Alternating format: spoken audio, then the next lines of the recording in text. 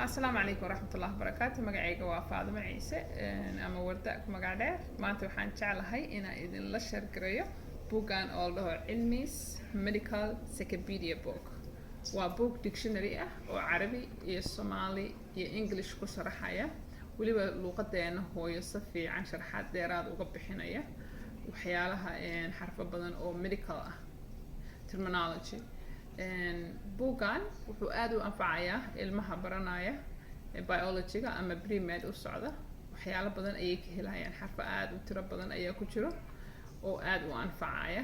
waliba markaad luqadaada hooyo ku sharaxdid waxay ku siinayaan meaning gaar ah, macno gaar ah ku siinayaan, iyo markaad Ingiriiska sharaxaadiisa aad ku baranaysid medicalka. waxaan saas u leeyahay haddaan ka hadlo experience-gayga.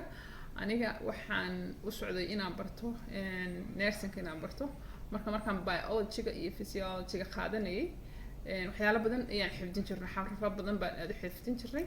xarfahaas marka qaarkood tissue-ga iyo waxyaalahaas markii laga hadlayo Soomaaliga baan ku raadiyay. marka library-yadan tagay book fiican oo dictionary ah waan soo waayay.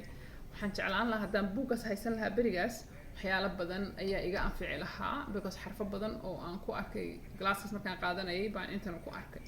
marka Soomaaligiina si fiican loogu sharaxay oo hodan ah.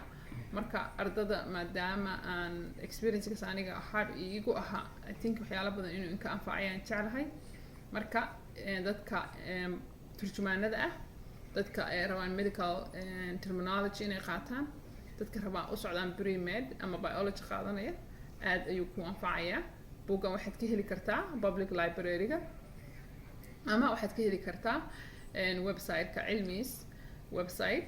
waxaan u maleynayaa Amazon-kana inaa laga heli doono insha Allah tacaala haddii Ilaahay yiraahdo.